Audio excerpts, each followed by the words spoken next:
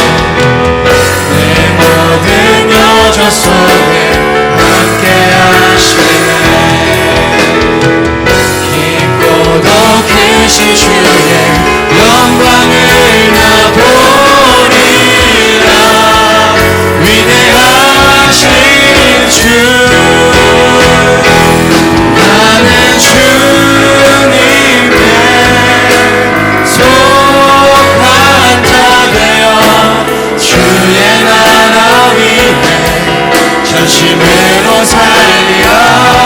주의 마음에 합한 자 되어 맡기신 소명이 나는 주님께 속한 자 되어 나는 주님께 속한 자 되어 주의 나라 위해 전심으로 살리라. 주의 마음에 합한 자 되어 맡기신 소명. 우리 한 번 더 고백합니다. 나는 주님께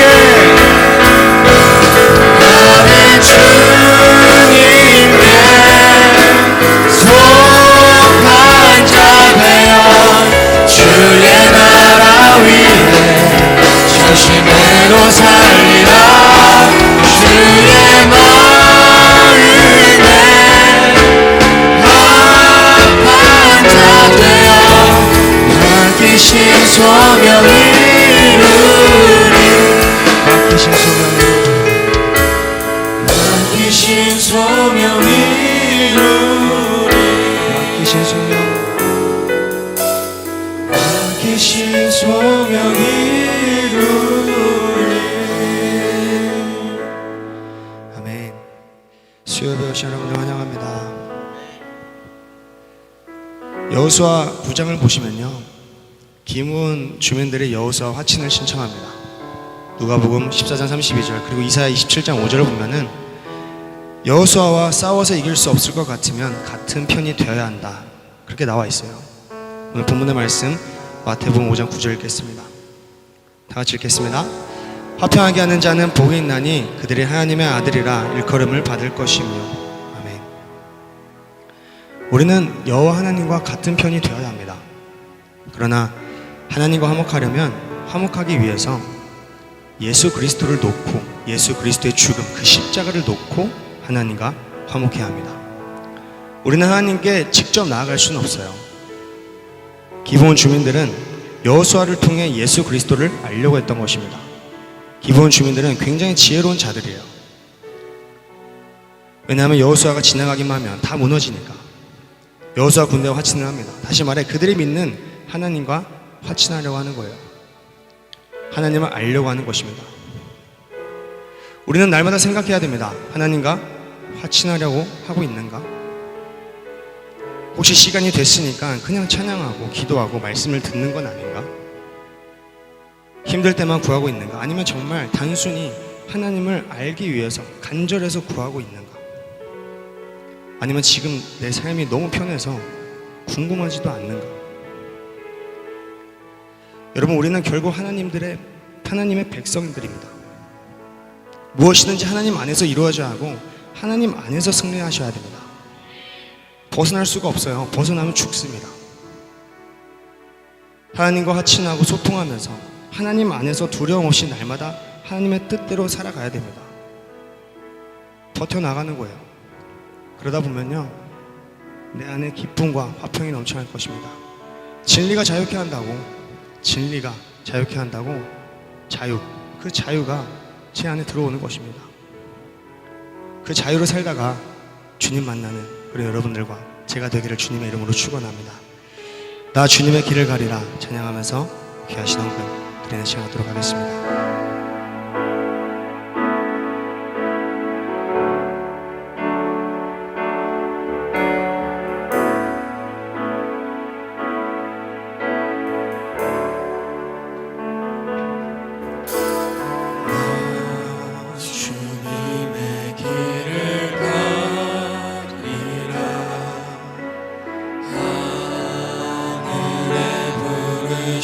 따라서 주님의 얼굴을 구할 때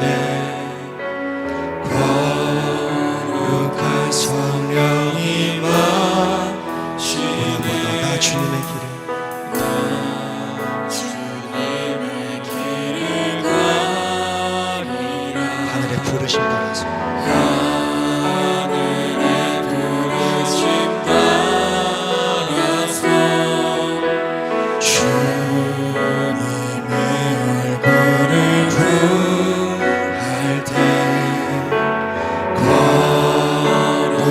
성령이 마시네.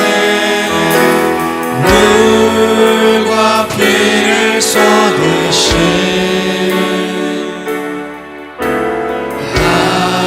하나님의 어린 양 주님 사랑합니다. 오 주여 나를 보내소서. 주 위에 살리라. 주 따라가리라. 내 생명 다하여 주 복음 전하리. 곧 승리하리라. 그날은 오리라. 난 결코 돌아서지 않으리.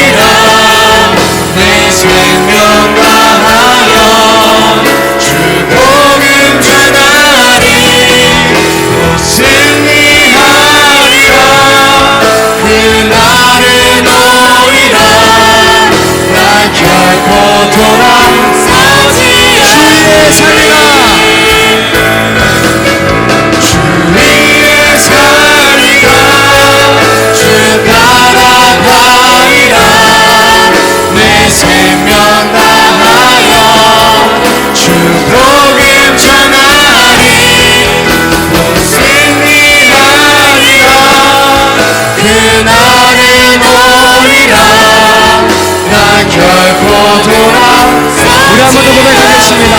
주 위에 살리라. 위에 살리라 주 따라가리라 내 생명 다하여 주 복음 전하리 곧 승리하리라 그날은 오리라 나 결코 돌아서지 않으리. 우리 시작하기도 하겠습니다. 주님, 저 같은 죄인을 대신해서 저의 이름을 가지고 저의 옷을 입고 저의 신분을 가지고 죽으셨잖아요. 이제는 제가 없는 거고 제가 살려면은 예수님의 이름을 가지고 그 옷을 입고 그 신분을 가지고 살아야 되는 거잖아요. 제가 그렇게 할 수 있겠습니까? 주님께서 책임져 주십시오. 할 수 있게 힘을 주십시오. 말씀을 주십시오. 믿음을 주십시오. 우리 주여 세움으로 기도하겠습니다. 주여!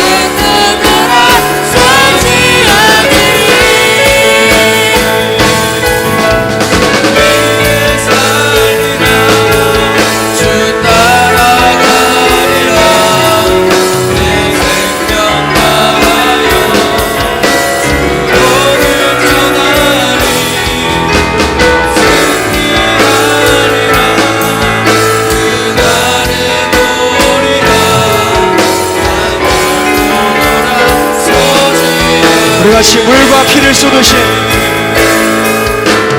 물과 피를 쏟으신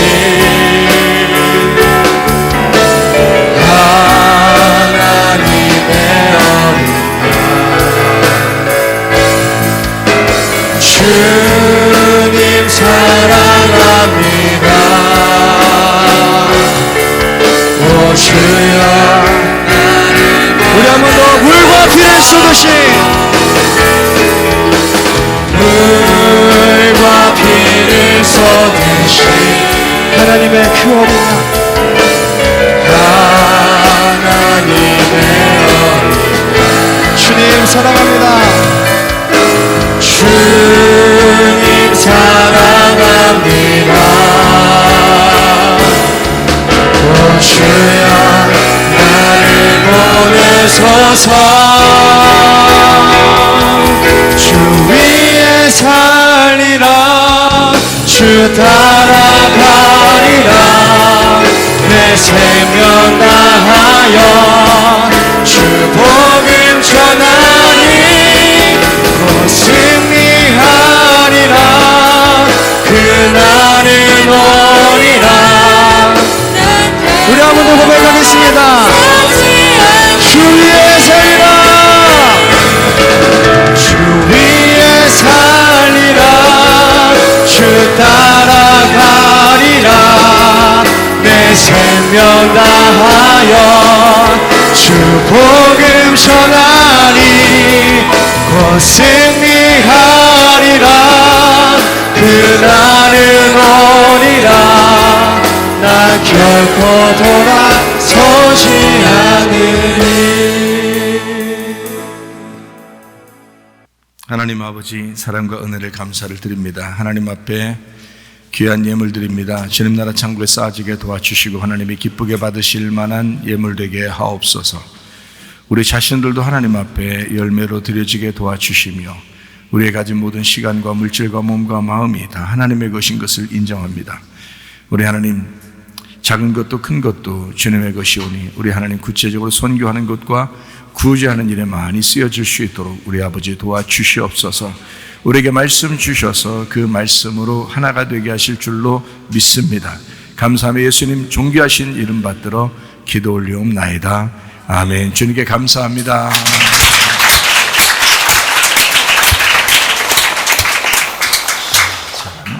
그러므로 회개하라. 요한계시록 2장 13절, 16절, 17절 말씀을 같이 봅니다. 네가 어디에 사는지를 내가 아노니 거기는 사탄의 권좌가 있는 데라. 네가 내 이름을 굳게 잡아서 내 충성된 증인 안디바가 너희 가운데 곧 사탄이 사는 곳에서 죽임을 당할 때에도 나를 믿는 믿음을 저버리지 아니하였도다. 그러므로 회개하라. 그리하지 아니하면 내가 네게 속히 가서 내 입의 검으로 그들과 싸우리라. 귀 있는 자는 성령의 교회들에게 하시는 말씀을 들을지어다. 이기는 그에게는 내가 감추었던 만나를 주고 또 흰 돌을 줄 터인데 그 돌 위에 새 이름을 기록한 것이 있나니 받는 자밖에는 그 이름을 알 사람이 없느니라. 아멘. 세상에 속한 사람을 뭐라고 얘기하는 거냐면 예수님을 모르는 사람이다. 이거를 세상에 속한 사람이다 라고 이야기를 합니다. 세상에 속한 사람, 예수님을 모르는 사람, 이 말은 예수님이 우리 안에서 이제 가만히 있다는 거죠. 원래는 예수님이 다 우리 안에 계셔야 되는데 우리 안에서 이제 그러니까 내가 세상에 속해 있다. 그러면 예수님을 내가 모른다는 말은 예수님이 내 속에서 이제 죽어 있는 거죠. 그러니까 내 속에서 예수님이 부활하셔야죠. 살아 계셔야지. 그래야 세상에 속한 사람이 아니라 우리가 하늘에 속한 사람이 될 것입니다. 그래서 우리는 거듭남이다, 출애굽이다라고 얘기하는 것을 거듭남, 부활했다 이렇게 말을 하고요. 그 생명체에 기록됐다, 또 죄 사함을 받았다, 또는 영생한다, 부활했다, 이런 의미를 나타내고 예수님 첫째 부활에 동참하게 되었다. 그래서 진짜 예수님을 믿게 되고 우리가 살아나게 되면 그럼 예수님 첫째 부활에 동참하게 돼요. 그럼 둘째 사망이 우리에게 오지 않죠. 그럼 우리가 죽을 때 이제 둘째 부활이 있게 될 것입니다. 이제 둘째 부활이라는 말은 성경에 없어요. 그렇지만 둘째 부활, 둘째 사망이 없다는 것은 둘째 부활한다는 얘기죠. 그래서 우리가 죽을 때 그때는 이제 진짜 영원한 부활을 맞이하게 되는 거고, 첫째 부활이라는 예수님에게 우리가 동참한 사람이 그렇게 된다는 얘기죠. 둘째 사망이 없을 것이다. 이제 그렇게 되는 것입니다. 성경에 보면 요한계시록 보면 작은 책이라는 말이 나오죠. 이게 생명책입니다. 작은 책. 그래서 작은 책은 이제 갖다 먹어버려야 되는데 이게 생명책이에요. 이게 로고스라는 말씀 안에 그 레마라고 하는 예수님께서 우리에게 말씀하시는 그 말씀, 예수님의 말씀. 그래서 너희가 그 말을 들으면 살아나리라, 이렇게 되는 거죠. 요한복음 5장 25절에 말씀하시는 거 보면 진실로 진실로 너희에게 이르노니 죽은 자들이 하나님의 아들의 음성을 들을 때가 오나니 곧 이때라. 듣는 자는 살아나리라. 죽었다는 말은 진짜 우리가 사망해서 아무것도 숨도 안 쉬고 이런 의미를 얘기하는 게 아니라 살아있는 사람인데, 근데 이제 죽어있는 사람이죠. 다시 말하면 예수님의 말씀이 없는 사람을 죽어있는 사람이다라고 이야기하는 거죠. 그 죽어있는 사람들에게 예수님의 음성이 들릴 때가 온다. 이 예수님의 음성이라는 거는 이제 말씀, 그 성경 자체가 들려왔다는 얘기가 아니라 그 속에서 복음이라는 예수님의 음성이 들려와야 된다. 그 음성이 들려오면 이제 살아나게 된다라는 그런 말씀입니다. 먼저 온 자가 있고 나중에 온 자가 있어요. 성경에는 먼저 온 자가 있고 나중에 온 자. 먼저 온 자를 성경에서는 율법이라고 말하고 나중에 온 자를 은혜라고 이렇게 말합니다. 성경을 우리가 잘 이제 파악을 하면 성경의 두 가지로 이렇게 쭉 흐름을 볼 수가 있죠. 형제가 나오면 꼭 두 형제가 나오죠. 에서가 나오면 야곱이 나오고, 그리고 가인이 나오면 아벨이 나오고, 이렇게 이제 두 형제들, 이스마엘이 나오면 이삭이 나오고, 이렇게 두 개씩 나오잖아요. 그게 이제 뭘 설명해 주려고 하면 앞에 거를 율법으로 설명하려고 그런 거고 뒤에 거를 복음으로 설명하려고 했던 것입니다. 마찬가지로 먼저 된 성경이 있고 나중에 된 성경이 있다, 이렇게 이야기할 수 있어요. 그러니까 먼저 된 성경, 다시 말하면 모세의 글에 쓴 이야기, 그리고 나중에 쓴 것을 어린 양이 쓴, 다시 말하면 예수님이 이제 우리에게 주신 그 말씀이다, 이렇게 볼 수 있어요. 그래서 구약이든 신약이든 모두 다 모세가 우리에게 주신 말씀을 그대로 우리가 들었다. 그러면 이제 우리는 율법을 들은 거예요. 그러니까 예수님이 주신 말씀을 들어야지. 예수님의 음성을 들어야 되는데 예수님의 음성을 듣지 못하고 모세의 율법의 음성을 자꾸 듣게 되면 우리는 신약을 보더라도 구약으로 보는 거예요. 그러니까 구약을 보더라도 이제 또 구약으로 보는 거고요. 그러니까 모세의 눈으로 보는 거죠. 그러니까 모세의 눈으로 본다는 것은 율법으로 본다는 것입니다. 성경을. 그러면 이제 착오가 일어나죠. 성경이 분명히 우리에게 두 가지를 설명해서 복음을 통하여 이 앞에 있는 율법이 완성이 되도록 했는데 성경이 그런데 복음이 안 보이면 자꾸 율법의 눈으로 보게 되죠. 그러니까 모세의 눈으로 성경을 이제 보게 된다는 의미예요. 그래서 구약이든 신약이든 이제 모세의 그 글을 통해서 말씀을 보게 되는 사람들이 있고 예수님이 우리에게 주신 그 말씀, 그러니까 나중 온 자죠. 나중 온 자가 우리에게 주시는 그 말씀으로 사는 사람이 있다. 그럼 예수님이 이제 우리에게 말씀을 주시잖아요. 그러면 알게 되면 복음을 알게 되면 구약을 보더라도 신약을 보더라도 다 복음이 되는 거죠. 그러니까 모세의 눈으로 보면 구약이든 신약이든 다 율법으로 보이는 거고요. 나중 온 자라고 하는 어린 양 예수님의 눈으로 보게 되면 구약이든 신약이든 다 이제 복음으로 보이게 된다는 거죠. 그래서 요한복음 10장에 보면 그 악한 목자, 선한 목자가 있죠. 선한 목자가 먼저 오는 게 아니라 악한 목자가 먼저 온다고 그랬잖아요. 그럼 악한 목자가 먼저 온다니까 아유 이 사기꾼, 나쁜 놈, 도둑놈 이런 것들이 먼저 오는가 보다 이렇게 이제 생각을 하잖아요. 근데 그렇게 우리가 성경을 보면 이제 좀 이상하죠. 그러니까 이 두 가지의 설명, 그 흐름을 쭉 얘기한 거예요. 거기도. 그러니까 거기에도 두 형제를 얘기하는 거죠.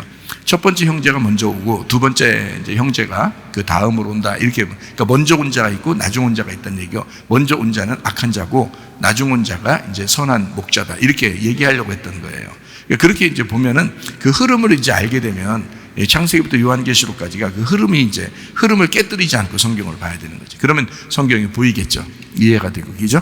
그래서 악한 목자가 먼저 왔다는 것은 이제 율법을 가르쳐 주려고 했던 바리새인들, 제사장들, 서기관들, 유대인 그 지도자들 이렇게 얘기한 거예요.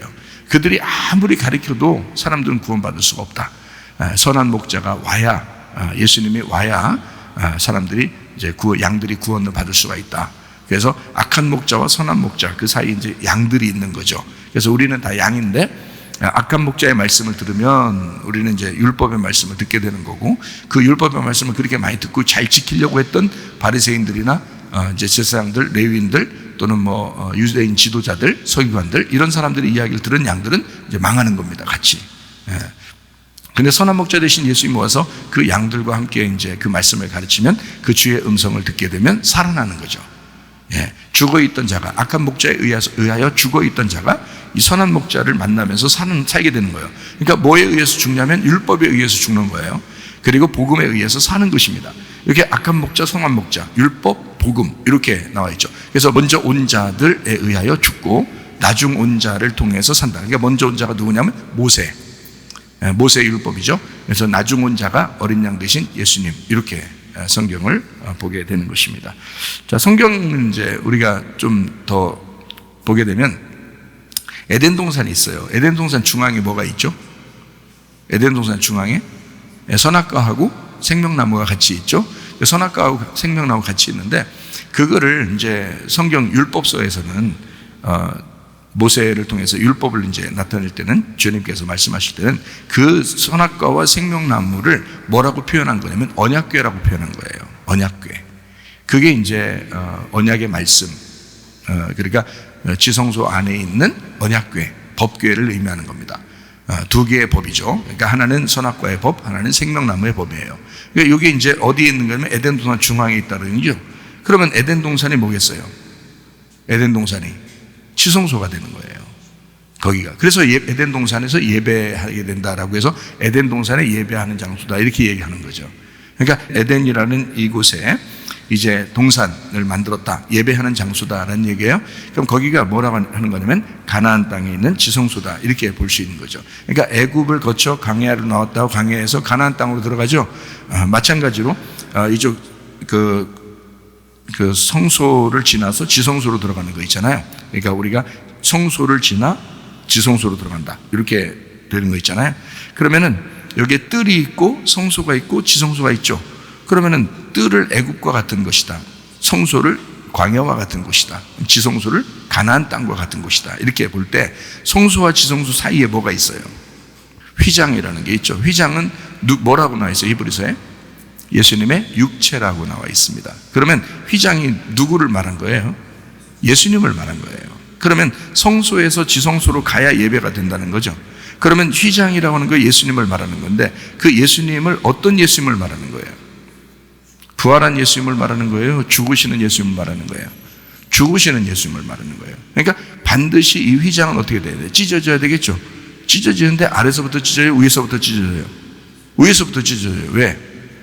하나님이 찢으셨으니까. 사람이 막을 수 없단 말이에요. 위에서 찢는 거예요.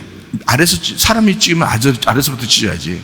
근데 하나님이 찢기 때문에 위에서부터 찢는다는 얘기야. 자, 휘장은 예수님이에요. 예수님의 육체를 말하고, 말씀이 육체를 입고 오셨으니까 그게 예수님이라고 그러잖아요. 그게 휘장이라고요, 휘장. 그럼 그 휘장은 반드시 무너져야 되죠? 반드시 찢어져야 된단 말이에요.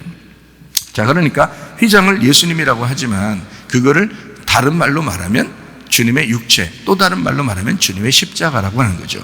주님의 십자가. 그러니까 자, 성소에서 지성소로 들어가려면 뭐가 통과돼야 된다? 예, 휘장이 통과돼야 돼. 그 휘장을 뭐라고 한다고? 십자가라고 그런다고. 그래서 그 십자가를 통과해야 지성소를 들어가서 예배를 드린다고요. 그러니까 우리가 예수님의 십자가 외에는 자랑할 것이 없다 그러죠. 바울도 그렇게 했고, 우리도 예수님의 십자가 외에는 자랑할 것이 없죠. 그러니까 주님의 십자가만 생각하면 막 감동스럽죠. 왜냐하면 그분이 나를 위해서 죽으셨으니까. 그래서 나를 위해 희생하시고 죽으신 그분의 그 피를 생각하면 굉장히 감동스럽잖아요. 예, 그래서 그 휘장을 생각할 때마다, 그 찢어지신 그 휘장을 생각할 때마다 거기서 성소에서 지성소로 건너가는 그 모습, 그 성소에서 휘장을 지나 지성소로 건너갈 때 그 우리의 마음이 어떻겠냐고. 감동스럽겠죠. 그러니까 예배는 감동이라고요. 예, 영과 진리의 예배라 그러죠. 그래서 진리는 감춰졌던 게 벗겨져야지 진리예요. 그러니까 성소에서 지성소로 가는 게 휘장이 있으면 이제 진리가 아니죠. 휘장이 막혀져 있으니까. 그걸 뭐라 그러면 거짓이라고 그러는 거예요. 막혀져 있으니까. 근데 이게 열렸어요. 이렇게 찢어져서 열렸어요. 그러면 이걸 열렸다, 진리라 그렇게 말하는 겁니다. 진리라. 이렇게 열렸다는 거죠. 감춰졌던 게 열린 거죠. 예, 지성소는 우리가 볼 수가 없었는데 이 휘장이 찢어지면서 열렸어요. 그러니까 우리가 볼 수 있게 되었죠. 이걸 이제 진리라 이렇게 말하는 거죠. 그러니까 예수님이 곧 이제 그 휘장이죠. 그래서 그 십자가라고 하는 겁니다. 그러면은 자, 애굽에서 탈출해 가지고 광야로 왔다가 광야에서 가나안 땅으로 들어가면 어떤 성이 하나 나와요. 무슨 성이 나오죠? 여리고 성이 하나 나와요. 그 여리고 성이 뭐를 얘기하는 거겠어요? 그러니까 여리고 성은 반드시 무너져야 돼요? 안 무너져야 돼요? 반드시 무너져야 돼요. 그래서 여리고 성이 이제 그 여리고 성이 가나안 땅의 그 문지기예요, 문지기. 그래서 이 문지기를 통과해야, 그래야 이제 가나안 땅을 정복하는 거거든요. 그러니까 이 문지기를 통과해야 되니까 이 여리고성이라는 문지기가 우리에게 이제 딱 보일 때 이것을 이제 정복하고 들어가야 된다는 거죠. 정복했다는 것은 여리고성이 어떻게 했다는 거예요? 예, 무너졌다는 거죠. 와르르. 그러니까 하나님이 무너뜨린 거죠. 예, 예수님이 죽으시는 것은 사람의 뜻이에요? 하나님의 뜻이에요? 하나님의 뜻이라고요. 그러니까 여리고성이 무너지는 것은 원래 이 계획이 이렇게 돼 있는 거예요. 애굽에서 광야, 그리고 여리고성 무너뜨리고 가나안 땅에 들어가는. 이게 이제 순서가 돼 있던 거예요. 성경의 순서가. 어렵지 않죠, 그죠? 예, 그러니까 뜰에서 성소로, 성소에서 지성소로 가야 되는데 휘장이 있는 거예요. 그래서 그 휘장을 반드시 거쳐야 된다는, 그 휘장이 찢어져야 된다는 거예요. 그 휘장이 예수님의 십자가고 그것이 여리고성이라는 겁니다. 그래서 그거를 반드시 찢어야 그 다음에 들어가게 되는 거죠. 지성소 안에. 그 지성소에 들어가야 이게 이제 예배를 드릴 수가 있는 거잖아요. 그럼 지성소 안에 뭐가 있으니까 예배 드려요? 지성소 안에 뭐가 있어서? 법궤가 있어서 그런 거예요. 언약궤. 그 언약궤가 거기에 있으니까 그 언약궤가 이제 뭐가 되는 거예요? 지금 창세기에서 우리 얘기했죠? 창세기에서 뭐라고? 예, 선악과와 생명나무가 되는 거죠. 선악과와 생명나무가 그 법궤 안에 있는 거예요. 예. 자, 법궤 뚜껑이 닫혀 있으면 선악과고요. 뚜껑이 열리면 생명나무가 되는 겁니다. 어렵지 않죠? 그죠? 자, 그래서 지성소로 들어가게 되면 여리고성이 무너지고 지성소 들어가요. 십자가에 주님이 죽으시고 지성소 들어가요. 휘장이 찢어지고 지성소에 들어가요. 그리고 예배를 드려요. 에덴 동산이에요, 그게. 그 원래는 거기서 이제 쫓겨났죠, 이렇게. 그것을 쫓겨나. 에덴 동산 원래 하나님 만드셔서 예배드리고 있었잖아요. 아담과 하와가. 그 예배드리는데 선악과 먹어가지고 쫓겨난 거잖아요. 그죠? 예, 쫓겨났어요. 쫓겨났는데 사람들이 이제 어떻게 들어가야 돼요, 거기를? 어떻게 들어가야 돼요? 예, 거기 뭐 불칼로 막아놓고 막 이랬잖아요. 그죠? 두루두루 불칼로 이렇게 막아놨잖아요. 그래서 그 에덴 동산 그 안쪽으로 들어가려면 이걸 이제 통과해서 침투에 들어가야 되거든요. 침범해서 들어가야 돼. 그래서 천국은 어떻게 한다고 그래? 어떤 사람 거라고? 침노하는 자의 것이다. 이렇게 말하죠. 침노한다는 단어가 어떤 단어냐면 강도질한다는 단어예요. 강도질. 강도질은 어떻게, 보통 도둑놈은 뭐 훔치는 거죠. 단순하게 훔치는 걸 도둑놈이라고 그러고, 뭐 들으면 강도예요? 칼 들으면 강도죠. 그죠? 네, 칼 들으면 강도예요. 칼 들으면 이제 강도가 돼가지고 이걸 죽일 수도 있는 거죠. 네, 그래서 강도질한다, 침노한다, 죽인다, 이런 말이에요. 그 말이. 그러니까 천국은 어떤 사람만 다 들어가게 된다? 죽여야가 들어가는 거예요. 네, 강도질을 해서 죽여야 들어가는 거란 말이에요. 자, 그러니까 그 강도질 죽이면 어떻게 들어가게 되겠죠? 들어가야 되죠. 그러면 그 에덴 동산에서 쫓겨난 사람이 다시 에덴 동산 안으로 들어가서 예배 드리려면 반드시 어떻게 돼야 돼? 누군가를 죽이고 들어가야 되는 거예요. 자, 그게 누구라고요? 휘장이라고, 휘장. 예수님이라는 휘장이라고. 그게 찢겨지셔야, 그래야 지성소 안에 들어가서 예배를 드릴 수 있는 거라고요. 그러니까 예수님이 죽으신 것이 우리의 예배가 되었고, 예수님의 죽으신 것이 우리에게 하나님께 영광 돌릴 수 있는 길이 되었다, 이 말입니다. 그러니까 이렇게 이제 휘장이 얼마나 중요한지 아시겠죠? 하나님이 예수님이 십자가에 들어가실 때 휘장을 왜 확 찢어놨는지 아시겠죠? 그러니까 하나님의 가슴이란 말이에요. 하나님의 가슴을 찢은 거예요. 그래서 너희들 내 가슴 안으로 들어오라는 거죠. 자기 가슴을 찢고 우리를 갖다 영접하는 겁니다. 그 우리가 뭐 예수님 뭐 침범한다고 뭐 침노한다고 침범해서 천국 갖는다고 하겠어요, 그게? 그게 아니라고요. 예를 들어서 예수님이 십자가 못 박혀 돌아가실 때 창으로 옆구리를 찔러요. 로마 군병이. 그렇죠? 찌르고 나서 거기를 이제 지키던 사람이 있는데 그 찌르는 걸 다 이제 자기가 직접 찔렀는지 옆에 찌르는 걸 보았는지 그 찌르고 나서 피와 물이 다 쏟아, 그것을 본 자가 백부장이거든요. 그 백부장이라는 사람이 고백을 해요. 뭐라 고백하냐? 예수님 죽으시는 그 순간을 보면서 뭐라 고백하냐면 이 사람은 하나님의 아들이다, 이렇게 말해요. 이건 하나님의 아들이다. 하나님의 아들이 아니고서는 이렇게 될 수가 없다. 이것을 고백합니다. 왜냐하면 예수님의 죽음을 목격하는 사람은 그 고백을 할 수 있는 거예요. 하나님의 아들이다. 이분은 하나님의 아들이다.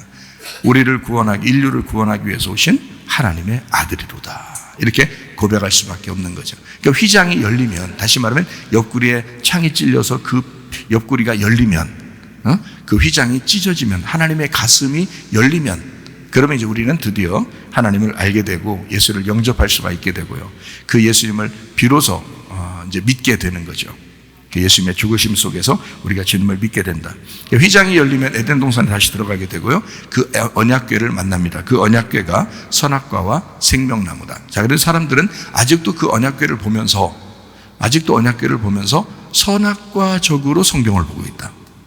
그럼 율법적으로 성경을 보고 있다는 얘기예요. 그럼 구원받기 어렵죠. 자, 생명나무로 성경을 봐야 되겠죠. 그것을 이제 얘기해 준 사람이 누구냐면 바울이에요. 바울이라는 사람이 고린도후서 3장에 이제 뭐라고 해놨냐면, 모세가 옛날에 수건을 이렇게 쓰지 않았냐? 얼굴에 막 빛이 나가지고 수건을 쓰지 않았냐?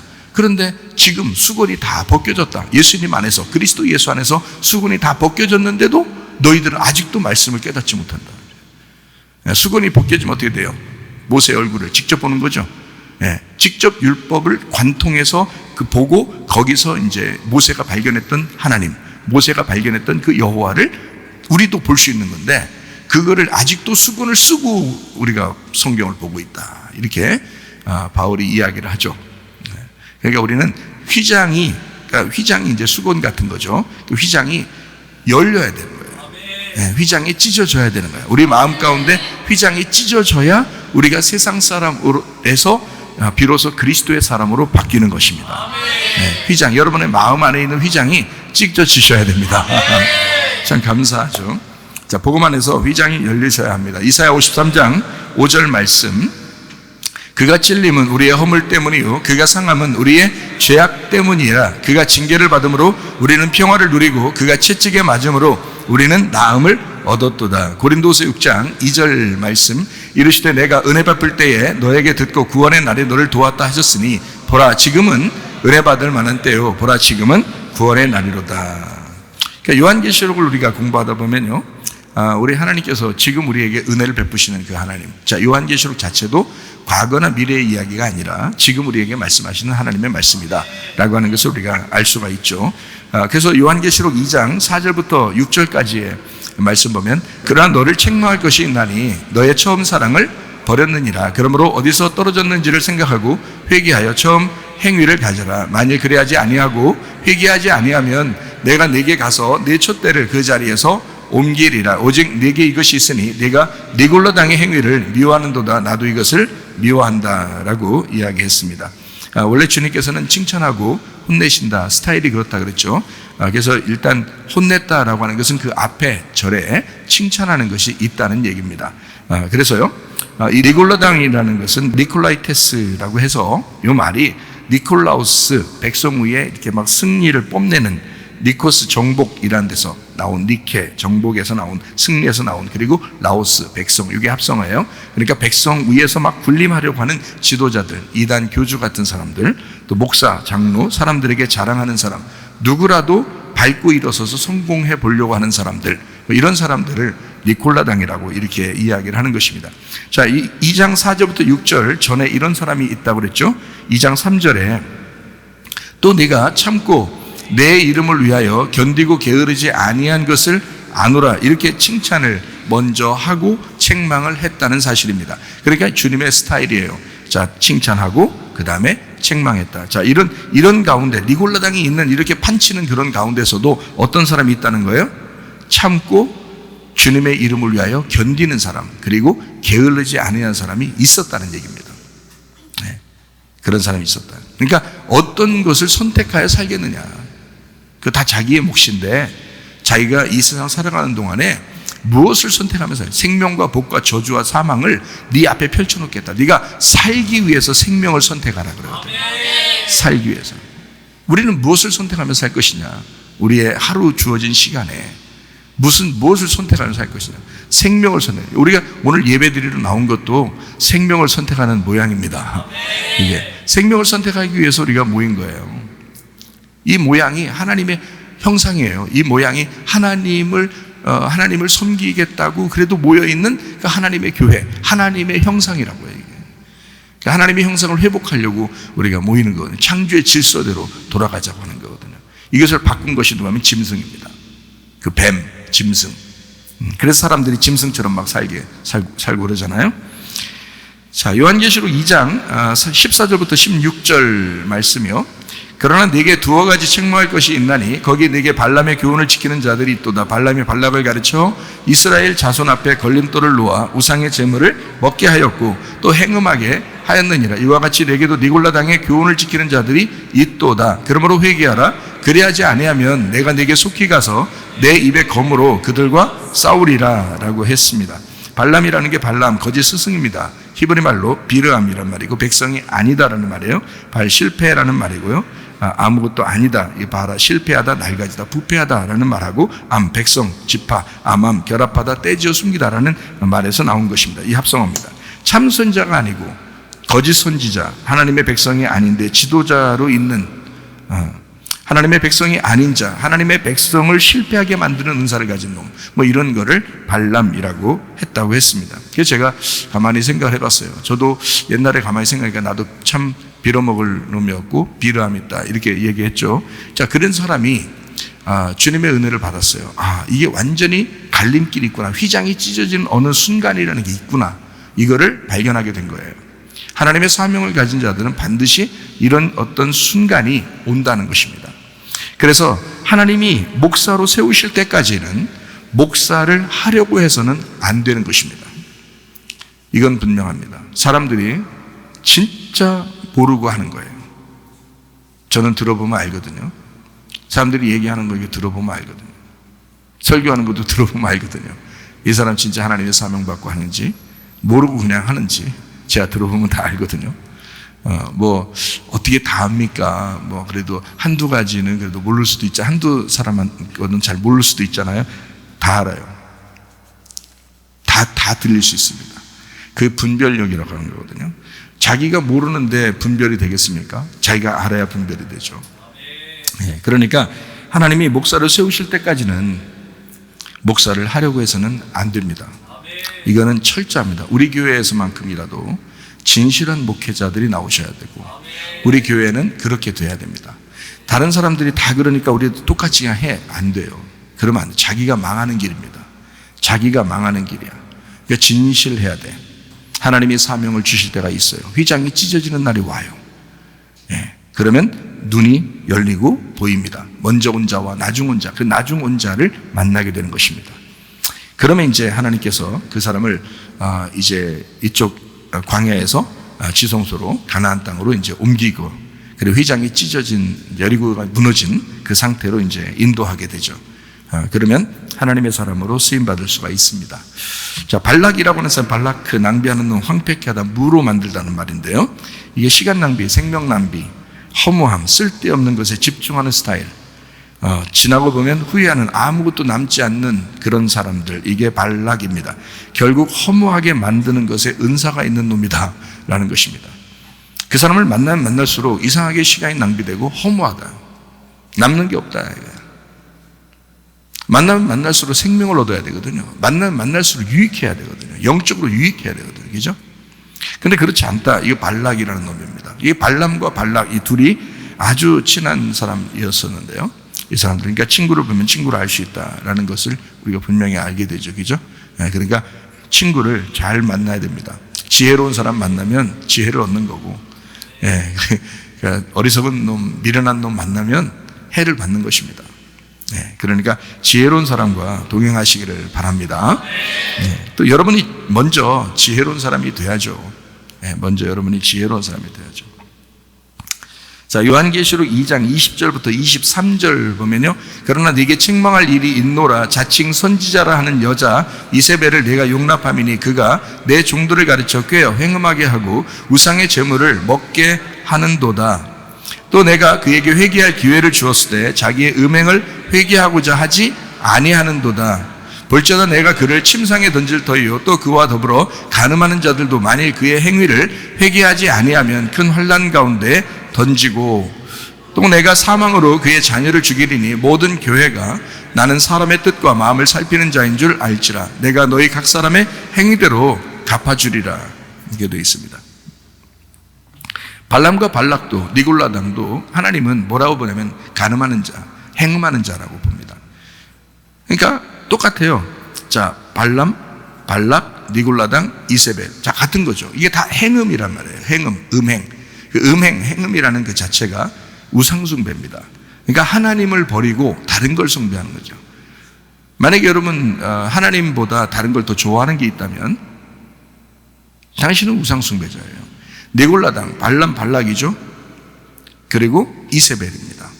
그를 따르는 자들이에요. 적어도 그를 따르는 자들이죠. 오직 하나님이 사실 우리의 최우선주의가 돼야 되고 하나님 중심이 돼야 되죠. 교회 중심이 돼야 되죠.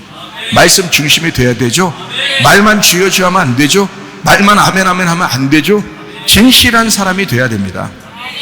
그게 여러분 속에서 진짜가 돼야 되는 거예요.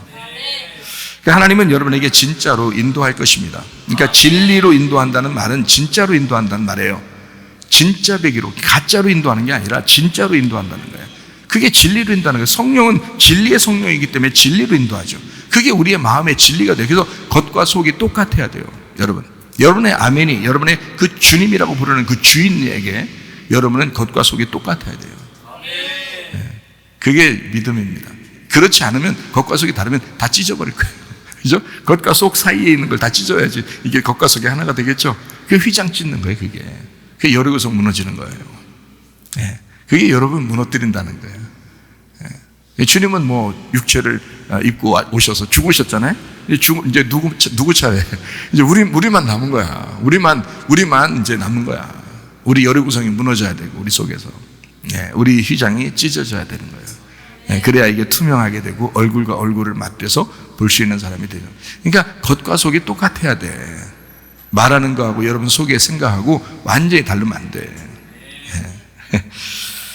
자, 이세벨이라고 하는 게 이세벨, 정숙한이란 말인데요. 이 아인, 이게 아니다, 어디, 의문, 어디서부터라는 말이고, 제불, 거함, 주택, 거주하다는 말이에요. 자발, 둘러싸다, 함께 거하다라는 말입니다.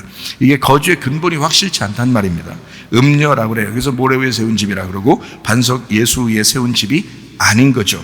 이 사람을 이세벨이라고 합니다. 거기에 은근히 요즘 사람들이 자기 교회도 없고, 자기 가정도 없고 은근히 돌아다니는 사람들이 많습니다. 그 이세벨 따르는 거예요. 자기들은 뭐 그게 굉장히 현대판이라고 생각하겠지만 현대판 이세벨입니다. 안 좋은 거예요. 자기들은 모르고 그러는 거예요. 성경에 이세벨이 누군지를 몰라서 그러는 거예요. 이세벨이 거주가 확실하지 않은 여자예요. 그래서 음란하다는 것입니다. 거주가 확실하지 않으니까 음란하다 그러는 거예요. 여러분의 거주는 확실해야 됩니다. 여러분은 주님 안에 거주하셔야 되고 말씀 안에 거주하셔야 되고 교회 안에 거주하셔야 됩니다.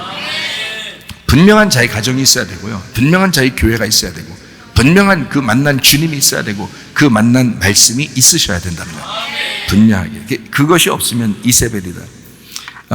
2장 20절에서 23절 그 전에 이런 사람이 있다 그랬죠. 그러니까 칭찬하고 책망한다 했으니까 19절에 자, 내가 네 사업과 사랑과 믿음과 섬김과 인내를 아노니 네 나중 행위가 처음 것보다 많도다 그랬습니다. 여러분 잘 생각해 봐요. 이렇게 이세벨의 시대에 이세벨에 다 속임당하고 다 꼬임당하고 다 넘어가는 그 시대에도 내 섬김과 믿음과 사랑과 내 나중 행위가 처음 것보다 많다. 이런 사람도 있다는 얘기예요. 그러니까 아무리 혼란한 시대에도 말이에요. 진짜 믿음 있는 사람들이 있다는 얘기입니다. 막 바벨론 그렇게 다 바벨론 그 국가가 얼마나 사단의 국가예요. 예루살렘을 다 멸망시키고 그렇게 바벨론으로 다 끌고 가서 하나님의 백성들을 그런 엄청난 사탄의 국가에서도 다니엘과 세 친구 같은 사람이 있는 거예요. 그 빛이 있는 거라고. 거기에서 다 빛이 꺼지지 않는 사람들이 있다고요. 이 시대가 아무리 어둡다고요, 여러분 다 뭐 사람이 손 쓸 수가 없다고요. 그래도 이 시대에 여러분이 빛이 되셔야 합니다. 소금이 되셔야 합니다. 적어도 여러분의 가정에서, 적어도 우리 교회에서, 적어도 여러분의 직장에서, 여러분 적어도 우리 학교에서 여러분이 그런 빛이 되시고 소금이 되셔야 합니다. 다른 사람이 다 어둡더라도 우리는 빛이 되셔야 돼요. 다른 사람이 다 맛을 잃어가는 이 시대라도, 다른 사람이 다 어리석게 살아가는 때라도 여러분은 맛을 잃지 말아야 되고, 그리고 미련하지 않고 지혜로운 사람이 되셔야 합니다. 그게 우리 그리스도인들 되셔야 하는 것입니다. 아무리 니골라와 발람과 발락과 이세벨이 판을 치는 세상일지라도 믿음 지키고 순교를 각오한 사람들이 있었다는 겁니다. 다니엘과 세 친구처럼 말이에요. 여호수아와 갈렙처럼 말입니다. 진짜 그런 사람들이 있는 겁니다. 그것을 성경에서는 아주 빛의 사람이다, 이런 사람들을 본받으라고 우리에게 써놓는 거죠, 성경에다가. 자, 요한계시록 2장 3절 말씀입니다. 또 내가 참고 내 이름을 위하여 견디고 게으르지 아니한 것을 아노라. 자, 이게 칭찬의 말인데요. 참고 있는 사람, 내 이름을 위하여 견디고 게으르지 아니한 사람이라고 되어 있습니다. 2장 13절 말씀이요. 네가 어디에 사는지를 내가 아노니 거기는 사탄의 권좌가 있는 데라. 네가 내 이름을 굳게 잡아서 내 충성된 증인 안디바가 너희 가운데 그 사단이 사는 곳에서 죽임을 당할 때에도 나를 믿는 믿음을 저버리지 아니하였도다. 이 사탄의 동네에서 말이에요, 안디바 같은 사람이 있었다는 얘기예요. 사탄의 동네에서. 그러니까 분명히 믿음 저버리지 않는 그런 사람들이 있다고 하는 거예요. 왜 우리는 안디바 같은 사람이 안 되고, 왜 사탄의 권좌에서 사탄의 그 동네에서 살면서 그냥 그 사탄처럼 거기 따라다니면서 사냐 이거야. 니골라 당 따라다니고, 이세벨 따라다니고, 발람과 발락 따라다니고, 그런 음행한, 그런 우상숭배하는 그런 세상적인 그런 사람으로 뭐하러 사냐고요. 우리가 그런 사람들 가운데서도 믿음을 지킨 안디바 같은 사람이 있었다는 얘기예요.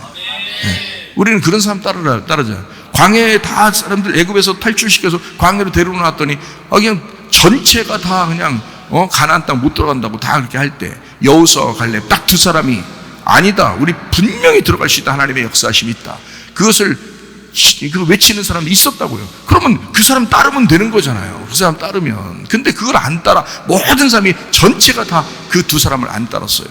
하나님도 딱 그냥 니네 안 되겠다, 그냥 광야에서 그냥 니네 광야에 있어라, 나 얘들 둘만 데리고 들어간다. 하나님이 그렇게 하시잖아요. 분명히 아무리 그렇게 사람들이 거짓하고 그 우상숭배하고 어둡고 힘든 그런 시대가 있어도 여호수아 갈렙 같은 사람이 있어요. 바벨론의 그 어두운 시대에도 다니엘과 세 친구가 있다고요. 그럼 우리는 그런 사람 따라야 되죠. 2장 19절 말씀입니다. 내가 네 사업과 사랑과 믿음과 섬김과 인내를 나누니 네 나중 행위가 처음 것보다 많도다. 이런 사람이 있다는 거죠. 자, 너의 사랑, 믿음, 섬김, 인내, 네 나중 행위가 너 처음에는 형편없더니 야, 점점 갈수록 하나님의 사람으로 그렇게 살아가는 모습을 보니까 너무 아름답다. 여러분도 그렇죠? 여러분도 다 제가 보니까 뻔할 뻔짠데 다. 저도 그렇고요. 딱 보면 척 보면 앱니다. 예전에 다 형편없던 사람들이죠. 믿음으로 보면. 근데 지금 점점점 나중에 이게 진짜죠. 이게 진짜야. 전에 잘했는데, 나 옛날에는 말이야 교회에서 열심히 했는데, 지금은요 글쎄 옛날에 열심히 했다고 그건 다 소용없다는 얘기야. 점점 애굽으로 가는 거야. 그죠? 점점 가나안에서 애굽으로 가고 있는 거잖아요. 그럼 망하는 거야. 애굽에 있던 사람이 광야로 올라와야 되고, 광야에 있던 사람이 가나안 땅으로 들어가야 되는 것입니다. 점점 나중 행위가 더 많아야지, 더 점점 승리하는 쪽으로 가야지, 더 믿음의 사람으로 돼야죠. 예전에는 형편없는 거 알아요. 그러나 점점 너가 정말 인내하고 사랑하고 믿음을 가지고 그렇게 살았던 거 다 드러났다, 알겠다, 그런 사람이 분명히 있구나. 이런 시대에도 그게 우리 교회여야 합니다. 분명히 우리 교회.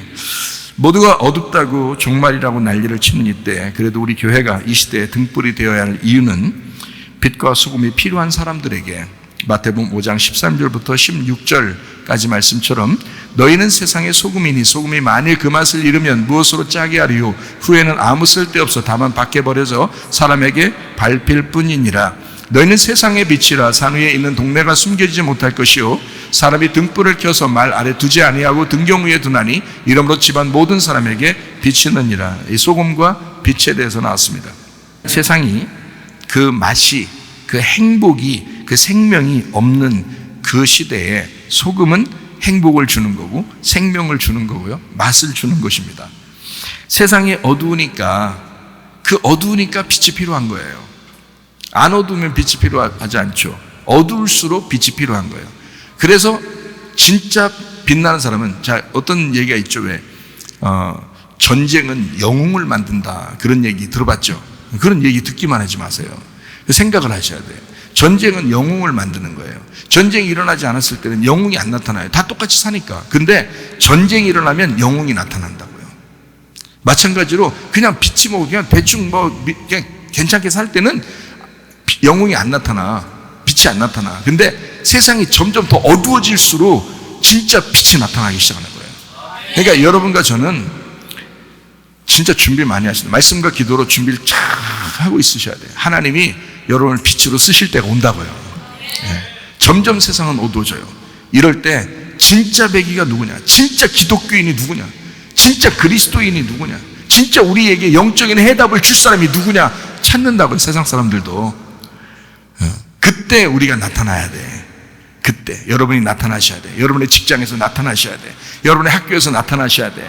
여러분의 사업대에서 나타나셔야 돼. 여러분의 교회에서, 여러분의 가정에서 나타나셔야 돼.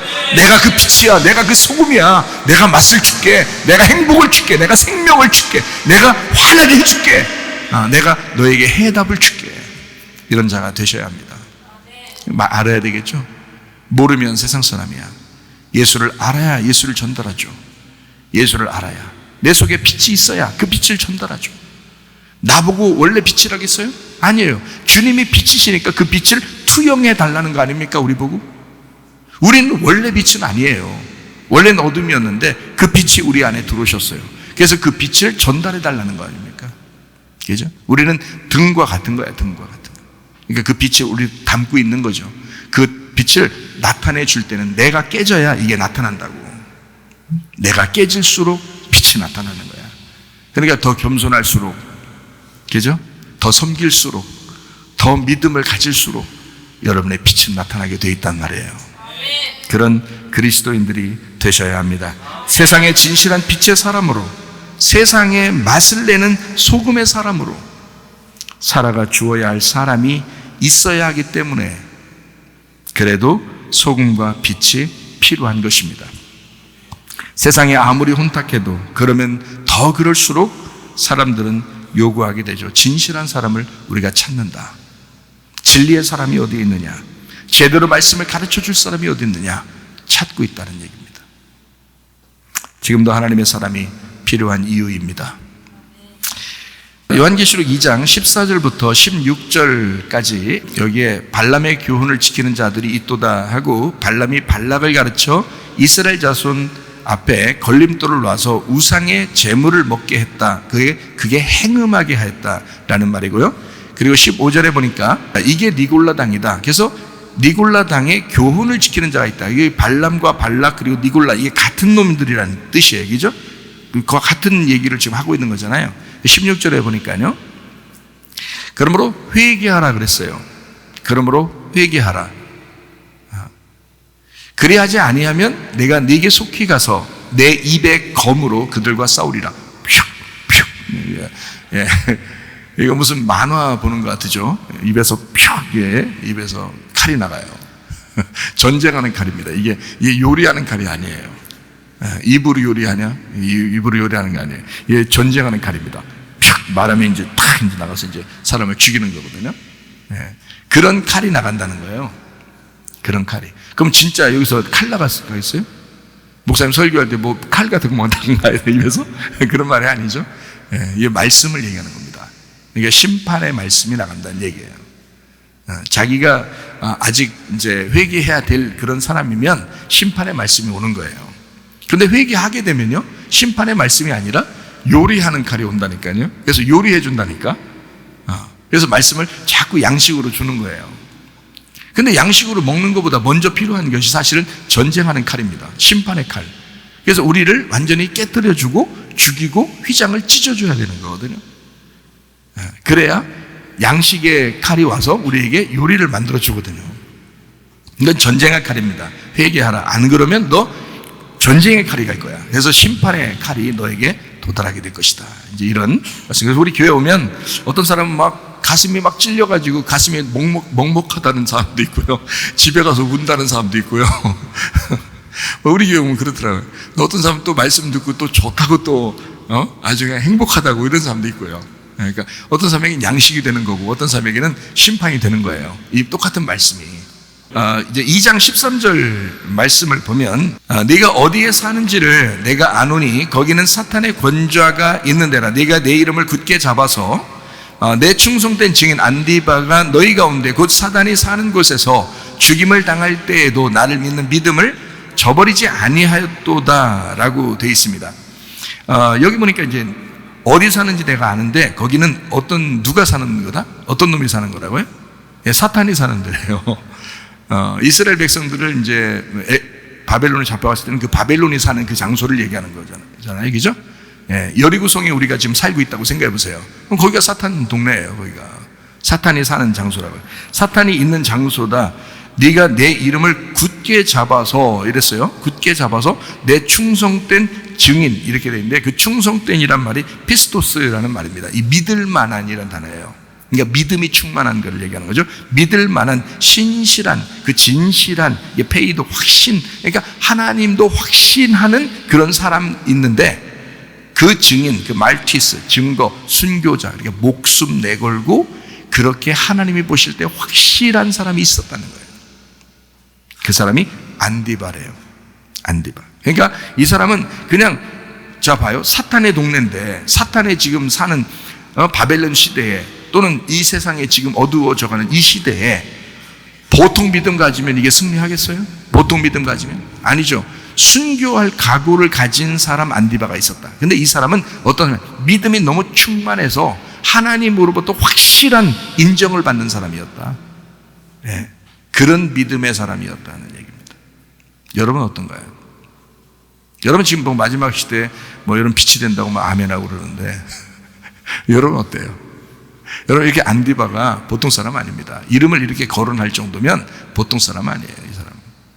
네, 이 사람은요 충성된, 그러니까 주님께서 말씀하시기를 내 이름을 굳게 잡아서 내 충성된 아주 그냥 자기의 충성된 증인 안디바.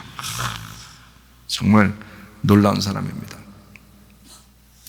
자, 여러분과 제가 부족하지만 이런 안디바 같은 사람이 되셔야 합니다.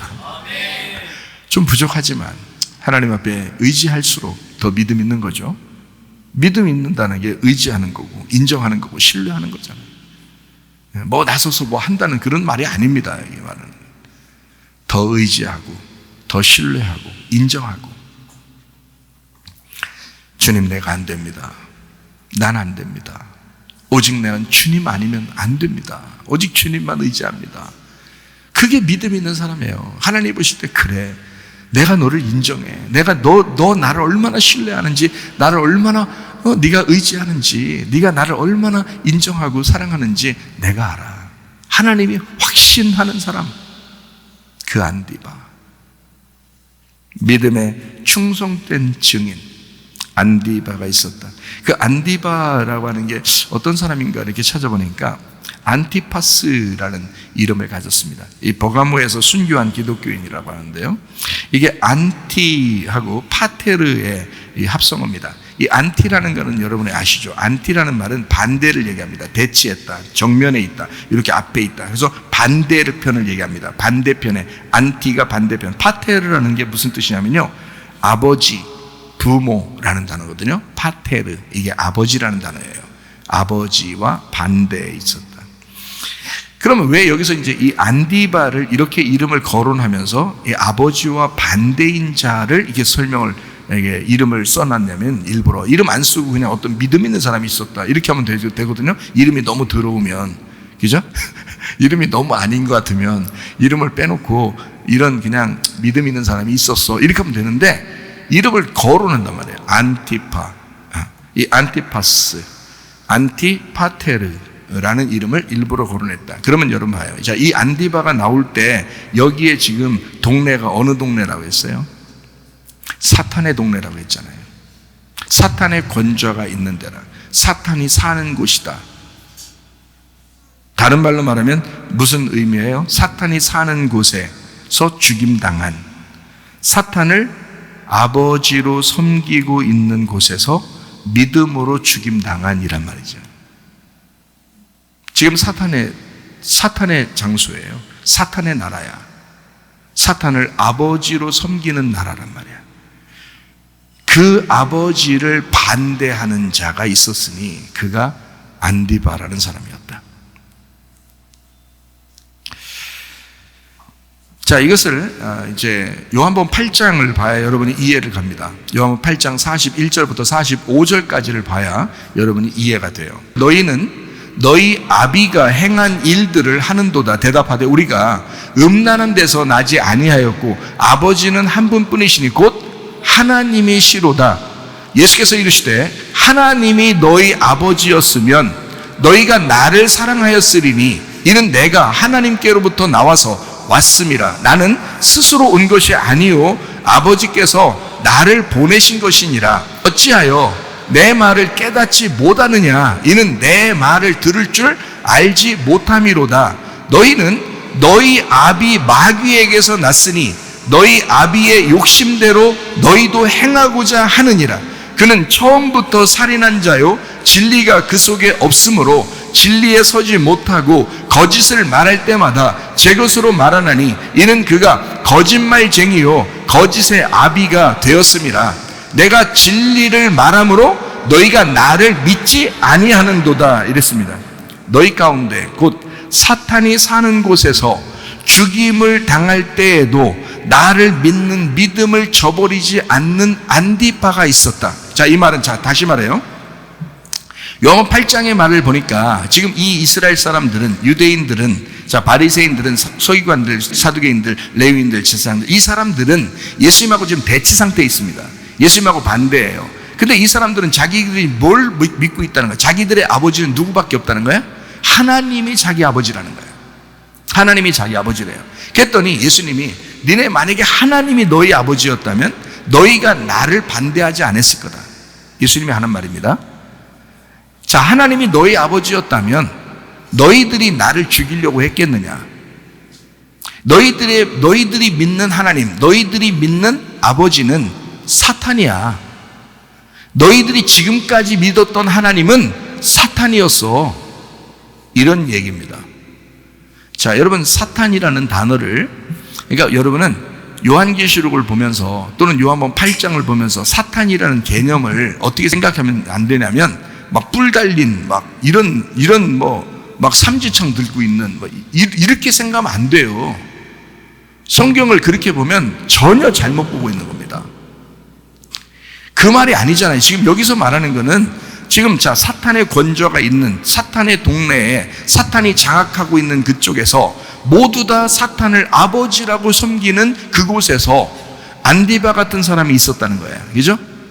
그런데 예수님도 하는 말이, 자, 예수님을 반대하는 이스라엘 백성들, 지도자들, 그런 사람들에게 예수님은 뭐라고 말하냐면 너희들은 사탄을 믿고 있어. 너희들은 아버지가 사탄이야. 이렇게 말해요. 그래도 그 사람들은 우리가 아버지를, 우리가 사탄? 어떻게 사탄을 믿냐? 우리가 하나님을 아버지로 믿었다, 우리는. 이렇게 말하잖아요, 자기들도. 근데 예수님은 뭐라 그래요? 너희들 속에 진리가 없다. 너희들 속에 거짓이 있다.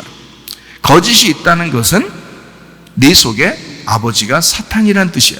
너희들이 지금까지 믿은 것은 사탄을 아버지로 믿은 거야. 이렇게 반대적으로 얘기합니다. 그죠?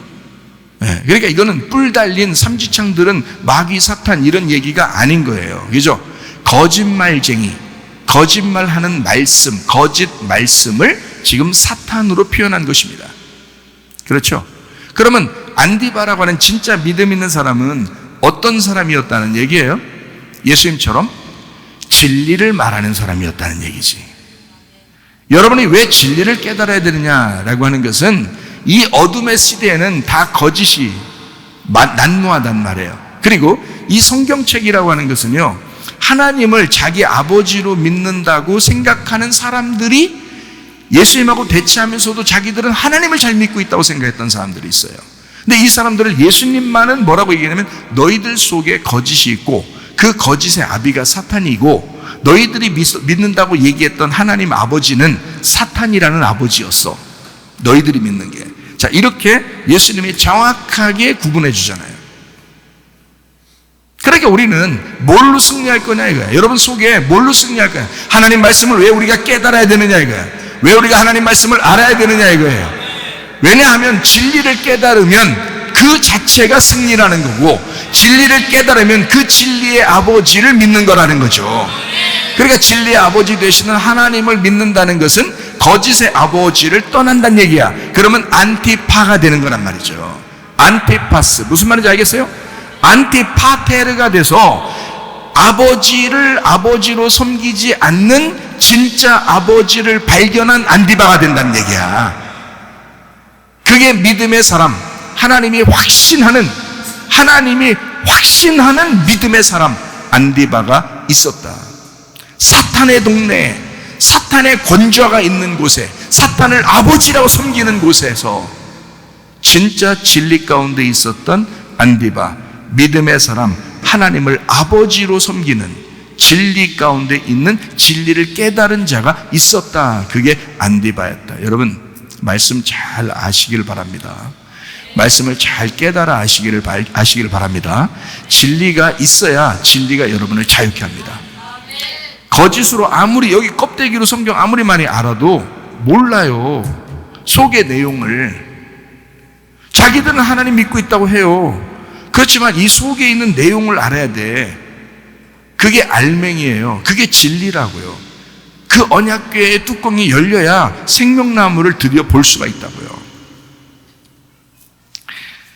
자, 요한계시록 2장 16절 말씀이요. 그러므로 어떻게 하라고요? 회개하라. 그리하지 아니하면 내가 네게 속히 가서 내 입에 검으로 그들과 이게 싸우리라. 말씀이 심판이 될 것이다. 이렇게 안 하면. 그러니까 어떻게 하라? 회개해야 된다. 회개라는 말이 뭐예요? 메타노에오라는 단어예요. 메타노에오라는 단어가 뭐냐면 뉘우쳐서 생각하다라는 단어입니다. 그러니까 여러분 뭐 회개하라 그러니까 심각하게 뭐 회개 이렇게 안 해도 돼요. 어떻게 회개하는 거라고요? 뉘우쳐서 생각하는 겁니다. 뉘우쳐서 생각하는 거예요. 그러니까 내가 생각하던 것이 잘못됐다면 그러면 바꾸어서 반대로 뉘우쳐서 생각해야 된다는 말이에요.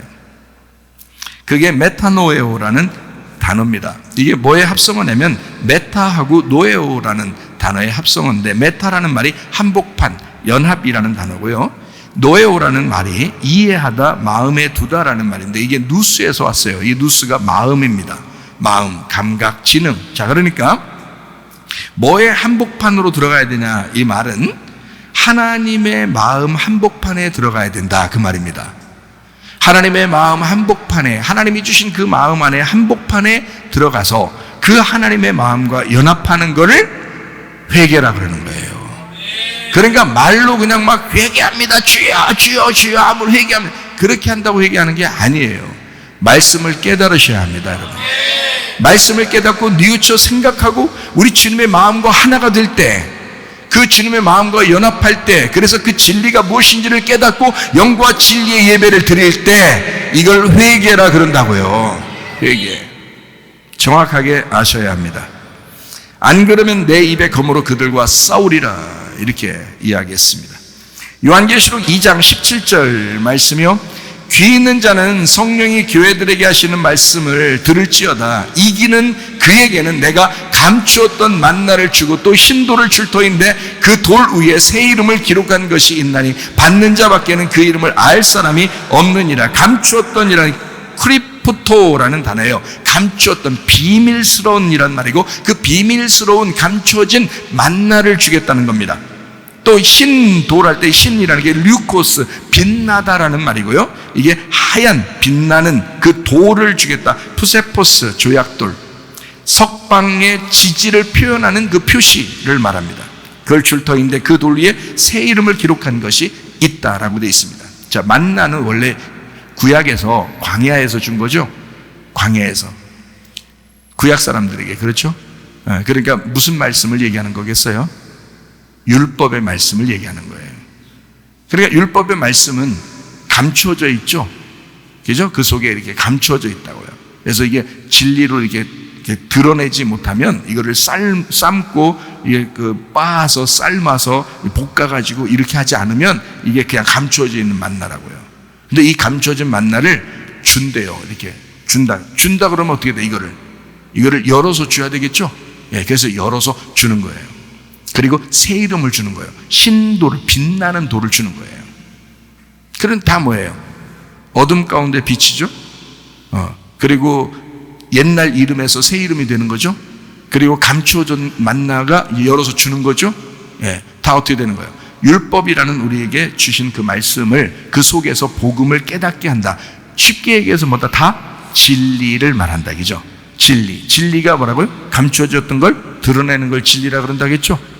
바로 그거예요. 그러니까 믿음의 사람 안디바 같은 사람이 있었다. 지금 여러분과 제가 누구를 따르자고 얘기하는 거예요? 주님을 따르자고 하는 거예요. 근데 그 주님도 안디바를 인정했다니까요. 사탄의 나라에 안디바 같은 사람이 있어. 믿음의 사람이야. 근데 그 사람은 그 나라에서 사탄을 아버지로 섬기는 모든 사람들의 그 나라에서 진리를 깨달은 사람이야. 진짜 아버지를 발견한 사람이야. 이런 믿음의 안디바가 있어. 그런 사람처럼 너도 그런 사람을 본받아라. 뭐 이런 얘기가 되겠습니다. 여러분과 제가 믿음으로 승리하시기를 바랍니다. 자, 갈라디아서 2장 20절 말씀 읽고 마치도록 하겠습니다. 내가 그리스도와 함께 십자가에 못 박혔나니 그런즉 이제는 내가 사는 것이 아니요 오직 내 안에 그리스도께서 사시는 것이라. 이제 내가 육체 가운데 사는 것은 나를 사랑하사 나를 위하여 자기 몸을 버리신 하나님의 아들이 가진 믿음 안에서 사는 것이라 해야지 맞다 그랬습니다. 하나님의 아들이 남성 단수 소유격입니다. 하나님의 아들이 가진 믿음이에요. 우리 믿음이 아니고. 왜? 우리는 죽었으니까. 너희는 십자가 못 박혀 죽었지 않냐? 그리스도와 함께. 그러니까 예수 그리스도가 부활하여 그의 믿음이 있다. 그가 가지고 있는 믿음으로 네가 살아야 된다는 것입니다. 여러분과 제가 이 믿음으로 승리하시기를 바랍니다. 진실한 진리의 사람, 다른 이 세상이 아무리 어두워도, 이 세상이 아무리 맛이 없는 그런 세상으로 흘러가더라도 이런 가운데서도 진리를 깨달은 진실한 그리스도인 안디바와 같은 그런 믿음의 사람으로 살다가 주님 만나시기를 바랍니다. 우리 기도하겠습니다. 우리 한 목소리를 기도할 때 우리 하나님, 내가 믿음으로 살다 주님 만나게 하옵소서. 안디바와 같은 그런 충성된 믿음 있는 자, 하나님이 인정할 만한, 하나님이 확신하는 그런 믿음의 사람으로 내가 살다 주님 만나게 하옵소서. 기도합니다.